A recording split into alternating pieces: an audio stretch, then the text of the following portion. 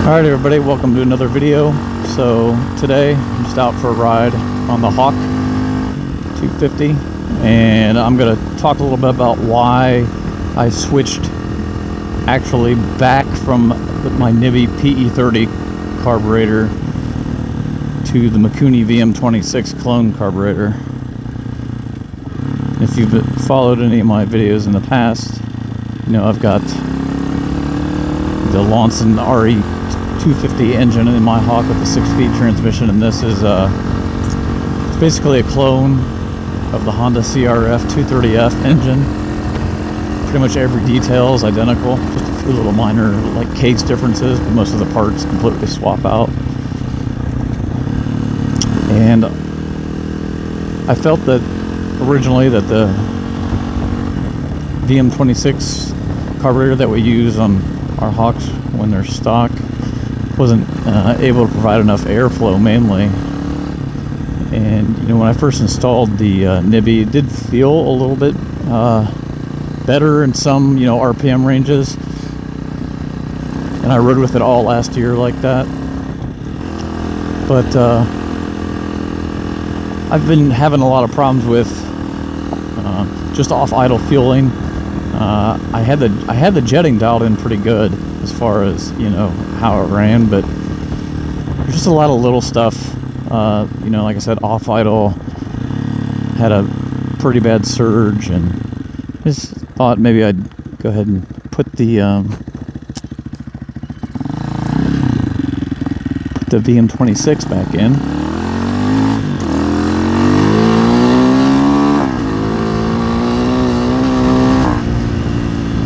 I think that was a really good decision. I kind of forgot. I had that thing dialed in perfectly on here. No choke needed. You know, with the Nibbi, definitely needed choke to start the bike, even when it was pretty warm out. If the engine was cold, you definitely needed the choke. With this Mikuni clone, I've got it dialed in pretty rich at idle, but it fires right up with no choke. I mean, maybe if it's really, really cold, half choke it.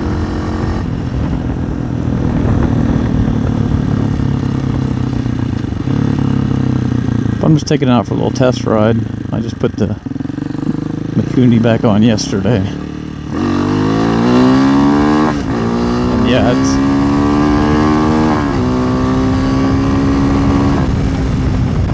the pool's great. It's just got more low-end grunt with that Mikuni carburetor on there. It's much smoother throughout the RPM range.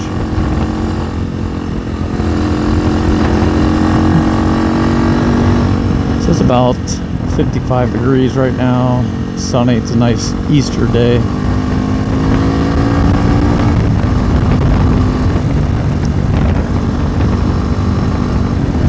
It'd be a nice day just to go out for a little ride.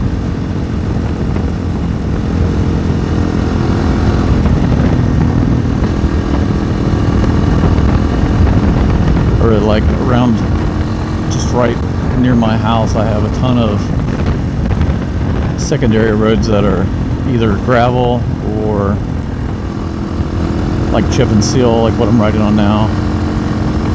It can be a little treacherous after the winter because they just dump the real fine gravel instead of road salt. They use real fine gravel in the winter. So it's kind of like driving on a freshly chip and sealed road, so you got to kind of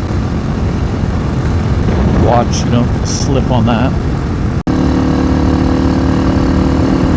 But out here, it's kind of the hills of southeastern Ohio. There's a lot of, you see a lot of oil rigs and natural gas wells.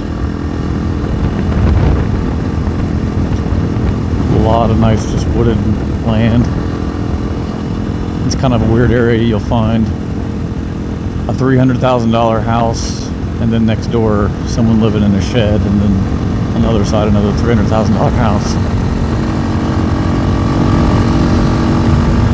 There's no zoning out here, was kind of the reason for that.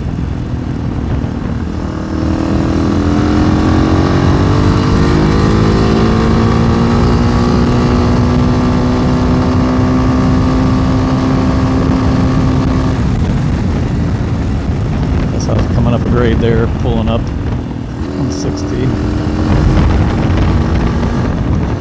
So I don't know, we'll see if I lost any top end. You know, the max speed on this one is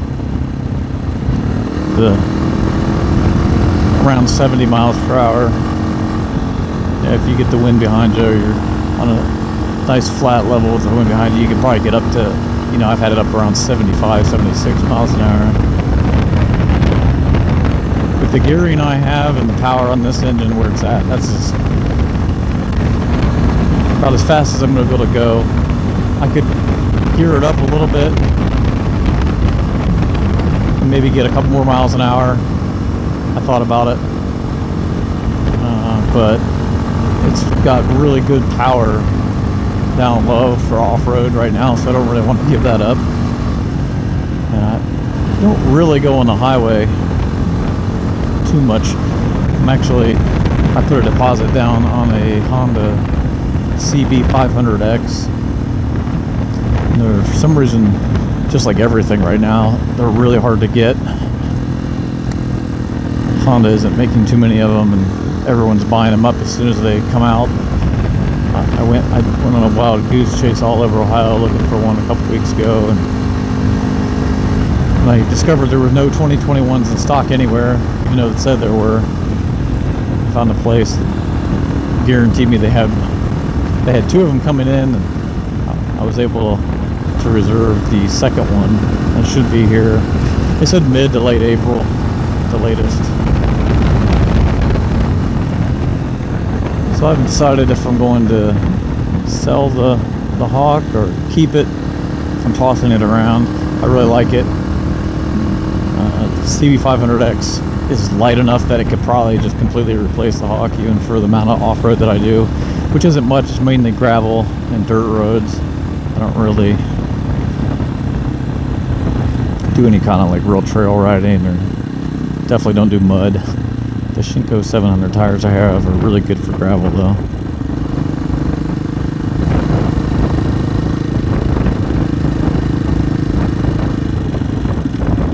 This car's going 15 miles an hour.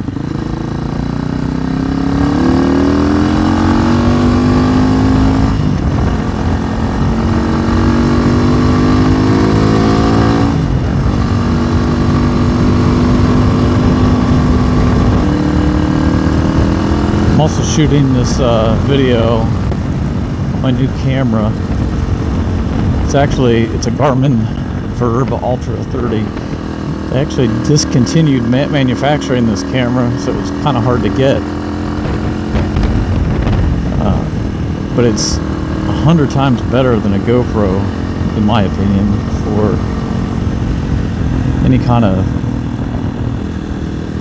you know, MOTOVLOG type work, because the GoPro, it's almost impossible to get a good external microphone connection. And I bought my GoPro 7 and I bought the whole setup to plug in an external microphone, and there's a lot of scratchiness, and I went through 2 different external mic adapters and multiple different microphones, and I can't get good sound quality out of it no matter what I do, unless I'm standing still, which kind of defeats the purpose. So the nice thing about this Garmin is that it supports Bluetooth microphones.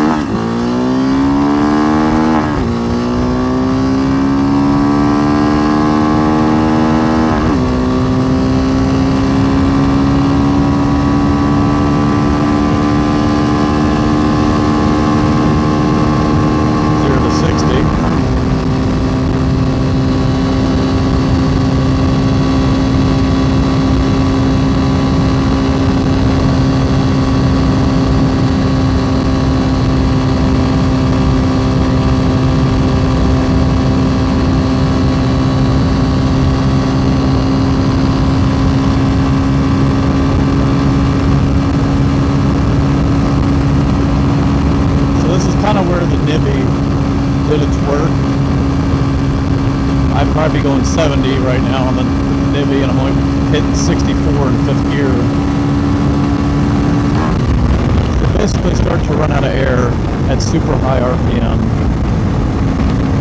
with this Mikuni clone carburetor. But man, all the way up to 60, it's way, way better.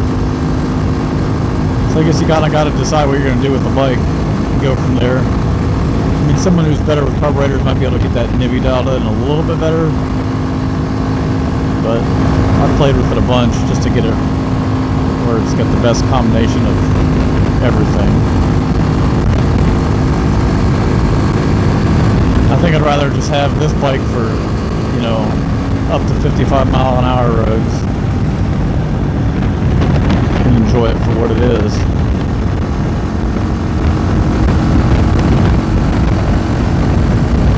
We'll head back over here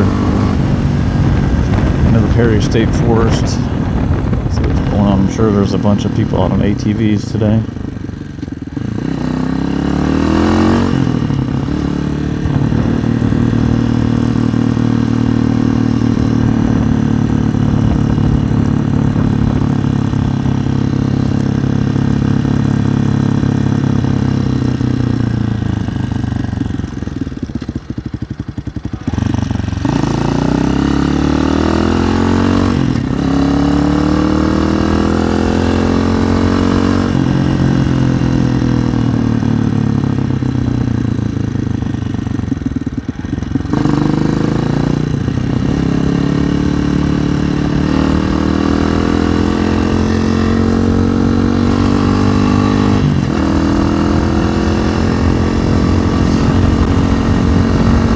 This is kind of a neat area back here, the Perry State Forest here in Southeast Ohio. A lot of really, really good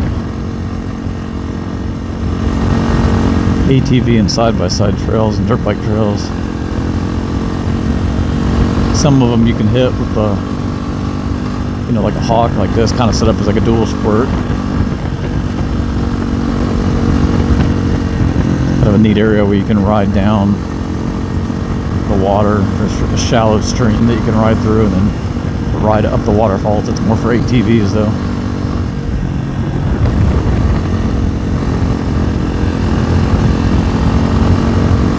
And not too far from here is Wayne National Forest, which also has a lot of great trails, but it's nice, pretty close to the house. I got this right here. Perry Backwoods Campground. It's pretty busy.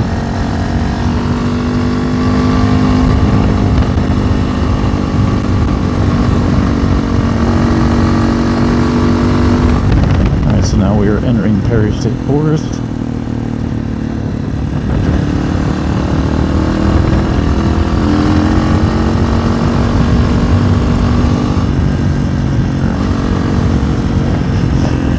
But back to my camera, what I also like about it, what you can do in the GoPro also is, you know, record GPS data, and you can go back and put overlays with your speedometer and other metrics on the screen. The Garmin has a ton more metrics that can be overlaid. It can also connect to other devices, so like if you use it in a car, it can connect to a Bluetooth or say an OBD2 scanner, and then you could get like RPMs and speed data and oil temperature and a bunch of other stuff, you know, just all that kind of metrics from your car that you can overlay on the screen matched up with the GPS data. Really pretty cool. See, here's a spot right here. Just go in here for a second.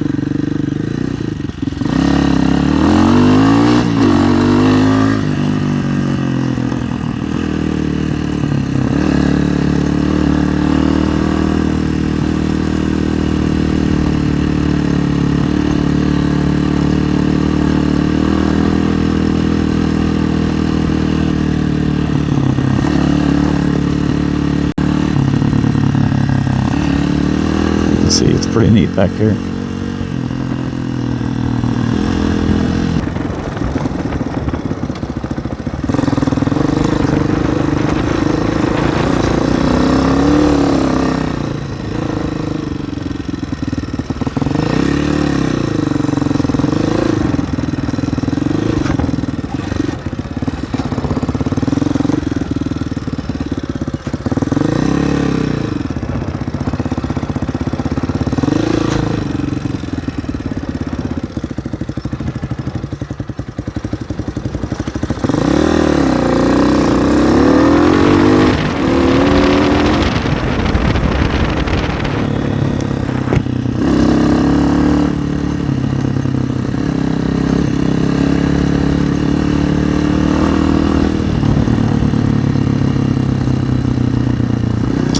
back in here is really where these Shinko 700 tires shine.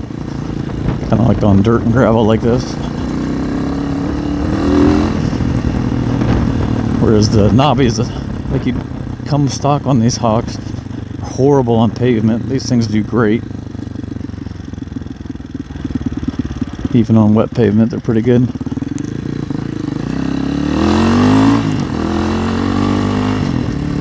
Stop in here.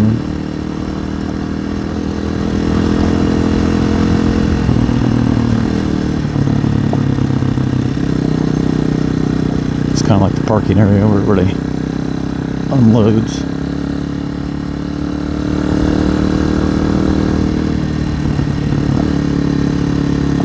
So here at Perry State Forest, you don't need a pass to ride or anything. It's just free, but you do need valid registration. So if you're on a bike like this, you need license plates, or if you're on your ATV or side-by-side, Ohio also requires you to get license plates for ATVs and side-by-sides.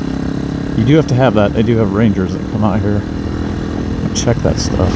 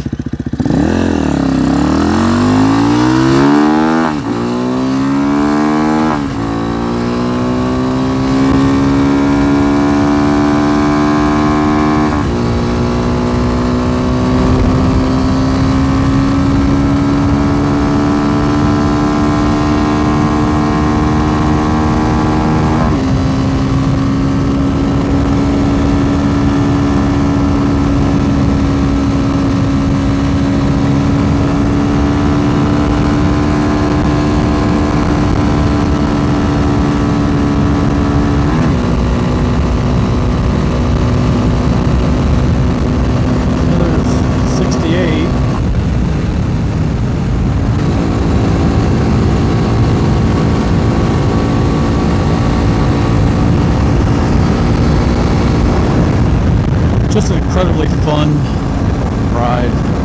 That's one thing I always love about the Hawk. Now that I've got it kind of like where I want it.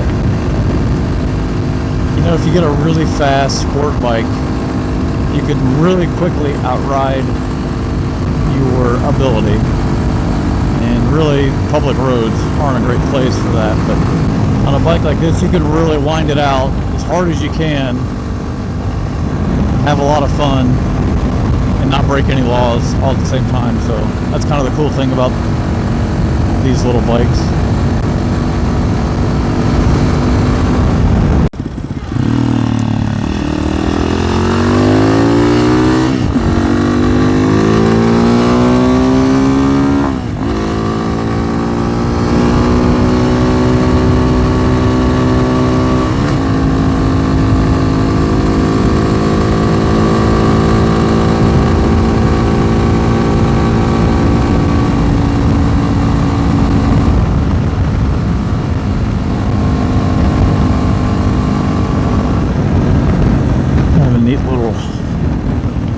Road here that shadows the state route. Take it.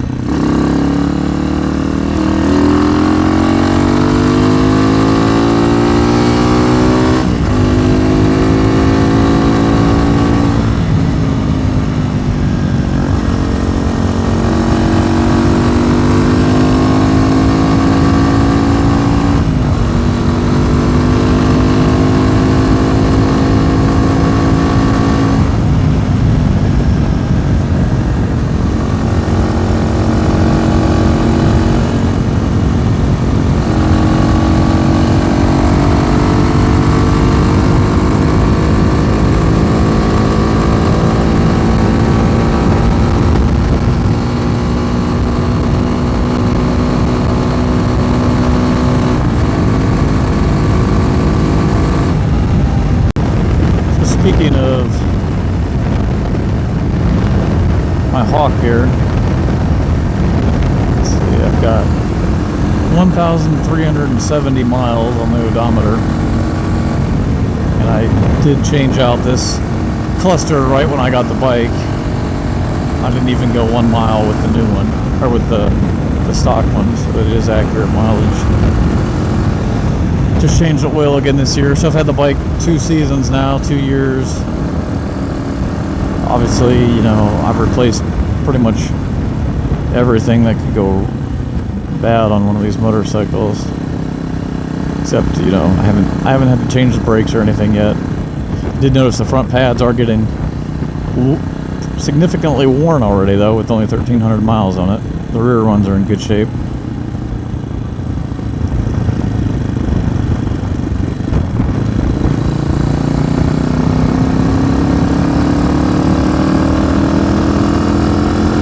Another thing just broke. My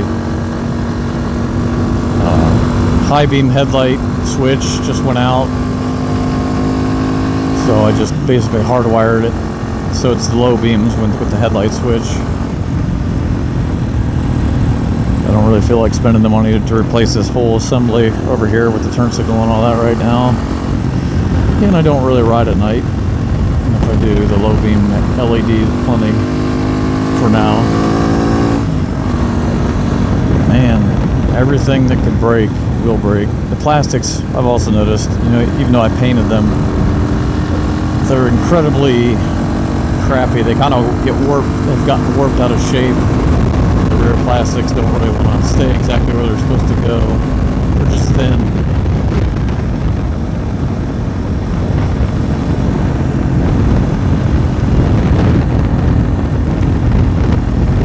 What I really like about riding out here is usually the only vehicle on the road. Never really worry about someone riding up my behind.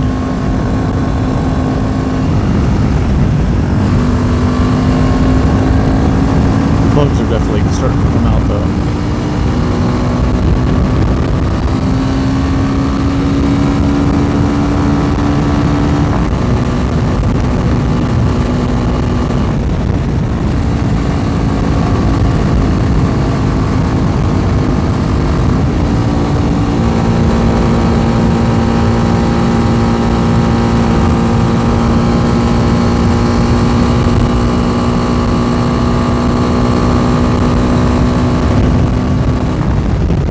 Here, you can see this is supposedly the oldest Catholic church in Ohio. Kind of a weird spot. It's not in town. First Catholic church in Ohio. Out in the middle of nowhere.